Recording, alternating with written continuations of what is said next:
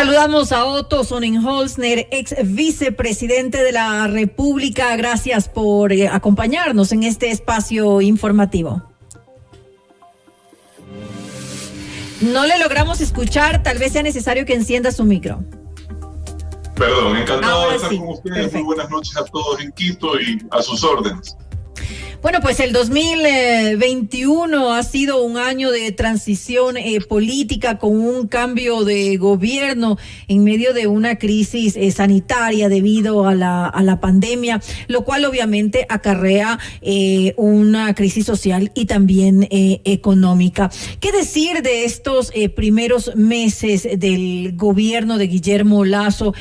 ¿Cuáles considera usted que son los mayores aciertos o desaciertos de su gestión hasta este momento? Revisemos inicialmente pues cómo se ha manejado el tema sanitario. Por ejemplo, el plan de vacunación que ha contado pues con la aprobación de los ciudadanos. Bueno, efectivamente, si se pudiera escoger de personaje del año un hecho más que una persona, se escogería el plan de vacunación sin duda alguna. Y fíjense que este año tenemos medallistas olímpicos, pero realmente el plan de vacunación es en donde están depositadas las esperanzas de todos los ecuatorianos, y asimismo en América Latina se ha logrado avanzar positivamente con el plan de vacunación. Y hago énfasis en lo de América Latina porque todos sabemos que el COVID no lo vencemos solos, no es un problema aislado de un país. Si es que seguimos teniendo problemas en otros países, como está ocurriendo en África, lo más probable es que cada tanto sigamos enfrentándonos a variantes y a situaciones como la actual, con la Omicron. Omicron está teniendo un avance muy fuerte en el Ecuador, pero no está teniendo la letalidad que se ha tenido en otros países, gracias a que estamos vacunados alrededor del 75, si no el 80% de los ecuatorianos. Y América Latina en general pasa del 70% de vacunación al día de hoy.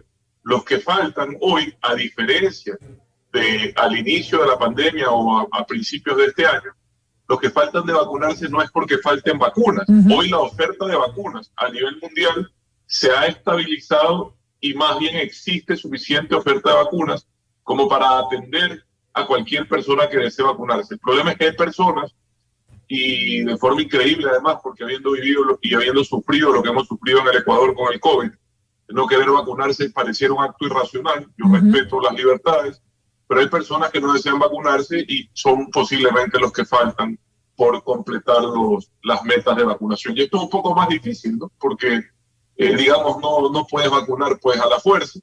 Veo que hay medidas que están implementando para incentivar la vacunación, ojalá funcionen, pero aprovecho este espacio y este fin de año, primero para pedirles que no seamos carentes de memoria, que nos acordemos lo mal que hemos pasado en el Ecuador y en América Latina con el COVID, y que si tenemos la oportunidad de vacunarnos lo hagamos. Parece mentira que uno tenga que decir esto, pero lo digo de todo corazón.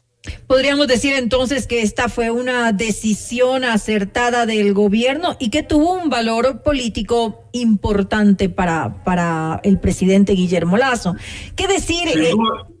Sin duda alguna es el principal hecho o la principal acción del gobierno, y yo creo que no había otra. Es decir, se esperaba que hacia finales de este año se estabilice la oferta de vacunas en el mundo. Así ocurrió, el Ecuador lo ha aprovechado bien, América Latina lo ha aprovechado bien, pero esa era la oferta de campaña ineludible del presidente Lasso y creo que la ha cumplido. La más importante, definitivamente. ¿Qué decir de la decisión que ha tomado el gobierno con relación al costo de los combustibles y la postura que mantiene actualmente frente a organizaciones como la CONAIE, que ya está anunciando movilizaciones para el mes de enero? ¿Ha sido adecuada? ¿Es una buena postura la que ha tomado o solamente lo que va a generar es mayores conflictos para el próximo año? Mira, a mí en lo personal me sorprendió, y le digo porque Guillermo Lasso, antes de ser presidente, en el año 2019, en octubre, fue de los pocos líderes políticos que tuvo la valentía de respaldar la decisión que en ese entonces tomó el gobierno respecto a cambiar una política social histórica de más de 40 años, que son los subsidios a los combustibles, la cual nadie se había atrevido a tocar, le digo con sinceridad, por cobardía, porque normalmente los políticos en el Ecuador andan pensando en su capital político en vez de utilizarlo, andan pensando en mantenerlo, digamos, en vez de utilizarlo en beneficio de la gente. Y yo creo que cuando uno conversa sobre los subsidios a los combustibles, como lo hice yo después de las protestas de octubre, visitando las comunidades indígenas del país, los ciudadanos tienen claro que es una política social regresiva que lo único que hace es incrementar la brecha de inequidad. Y la conversación del gobierno y la propuesta de los líderes sociales no debería de ser mantener algo que no ha funcionado, porque creo que todos estamos de acuerdo que los subsidios a los combustibles no sacarán a nadie de la pobreza. Y seguir invirtiendo $4.000 millones al año en algo que no cumple un objetivo social, ni tampoco sirve para detener la inflación, es absurdo. Lo que deberíamos de discutir todos los ecuatorianos es qué hacemos con ese dinero, cómo lo invertimos realmente en el desarrollo, cómo hacemos que la mayoría de esos recursos lleguen a los que más necesitan y no como hoy que llegan sobre todo en un 75% a quienes más tienen. Entonces, lo lógico de parte de los líderes sociales, lo razonable, sería de parte del gobierno que la conversación esté planteada en función de decidir qué hacemos con esos recursos una vez que se eliminan progresivamente para beneficiar a quienes menos tienen y compensarlos en caso de que exista un impacto que efectivamente lo pueda haber, por ejemplo, en alza de pasajes. Compensarlos con creces. Porque, y le voy a hacer unas matemáticas sencillas, hoy se invierten $4.000 millones al año en eso, de los cuales 3.000, es decir, 3/4 partes, van a los bolsillos de los 2 quintiles más pudientes del Ecuador, de las personas que más tienen. Es decir, que hayan compensaciones, pero no subsidios. Compensaciones que sean mayores que la afectación que pudiera tener un ciudadano por la eliminación de los subsidios, porque le va a alcanzar la plata. Un ciudadano que necesite una compensación. Yo no voy a pedir una compensación para mí, yo pago mi combustible sin subsidio desde el año 2019, porque yo cuando tanqueo mi vehículo, entonces la super está liberalizada. Entonces, y creo que eso es lo correcto. Más bien deberíamos de cuestionarnos como sociedad cómo por temor a perder capital político se ha mantenido una política social que, insisto, puso mayoritariamente dinero por muchos años en los bolsillos de quienes más tienen, sin hablar de los cientos, si no miles de millones de dólares que se han perdido por contrabando y otras actividades ilícitas en torno al subsidio de los combustibles. Pero para mí, insisto, me llamó la atención, esperaría o pensaría que el gobierno va a plantear algo en este sentido en el año 2020, mientras yo estuve, y cuando se decidió la eliminación progresiva de los subsidios, esos recursos, lo que se alcanzó a eliminar en ese año, se entregó en su totalidad en forma de bonos de emergencia a las familias más golpeadas por la pandemia, a quienes les pedíamos que se queden en casa, pero no tenían cómo ir a trabajar. $1.000 millones aproximadamente se les entregó. Yo creería que cualquier ciudadano con sentido común, con un corazón noble, va a estar de acuerdo con que esa decisión fue correcta, porque así seremos las cosas. El Ecuador no tiene de dónde más sacar recursos. El país sigue teniendo problemas de equilibrio fiscal, sigue teniendo la necesidad de equilibrar sus finanzas para sostener y fortalecer la dolarización, para poder cumplir sus objetivos.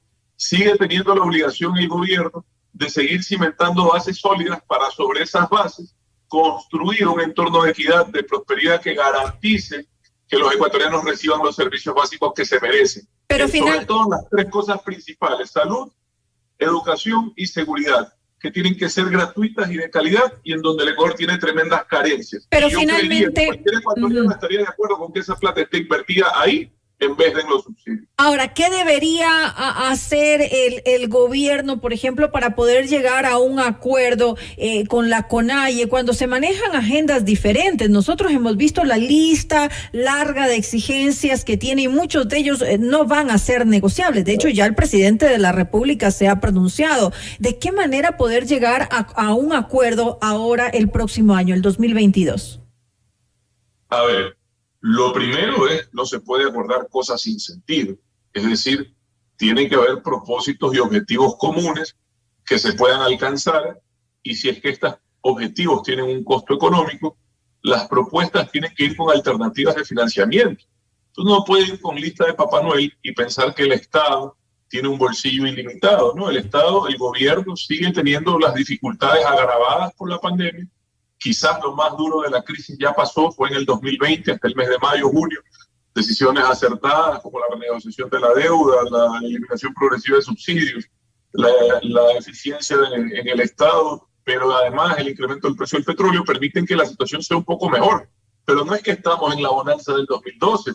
Y es más, si estuviésemos en esa bonanza, lo ideal sería que esta vez se administre con responsabilidad para que cuando llegue una crisis como la actual los ecuatorianos cuenten con recursos. Pero sobre las negociaciones con la TONAI, es legítimo dialogar y ojalá siempre se dialogue. Lo que no se puede permitir es que individuos, por más líderes sociales o gremiales que sean, amenacen con poner en jaque, con violencia y desestabilización, a todos los ecuatorianos, no al gobierno. ¿Qué es lo que ha ocurrido ya durante años? Y para finalizar, lastimosamente por cuestión de tiempo, me quedo con una gran cantidad de temas que me gustaría haber podido abordar con usted, pero quisiera saber cuáles son los mayores desafíos que tiene este gobierno para el 2022. ¿Cómo ve usted el escenario político, sobre todo tomando en cuenta algo que es importante y es la participación del partido oficialista dentro de la Asamblea Nacional, que no tiene ningún tipo de mayoría y que depende de las relaciones que mantiene con otras bancadas? Ya vimos cómo pasó, por ejemplo, la reforma tributaria, que no es lo ideal de ninguna manera que pase por el Ministerio de la Ley. No fue aprobada, no fue rechazada tampoco, pero no es la manera en la que pueden darse los proyectos que envía el Ejecutivo. No, pues lo ideal sería que la sociedad debata temas tan importantes, ¿no? Yo en lo personal encuentro serias observaciones a ese proyecto y lamento que no haya sido debatido adecuadamente. Creo que reconociendo la necesidad de mejorar su situación fiscal que tiene el gobierno, creo que las cosas se podrían haber hecho bastante mejor. Pero digamos, ya esto es llorar sobre la leche derramada, esto ya son hechos consumados.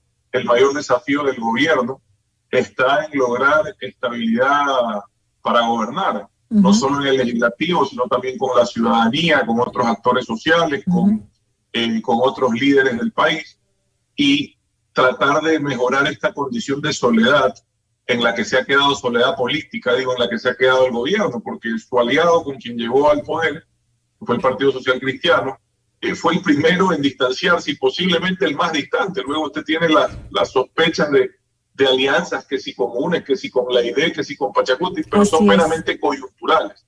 Y para poder tomar el toro por los cuernos, se necesitan aliados que estén dispuestos a apoyarte en la toma de decisiones que benefician al país.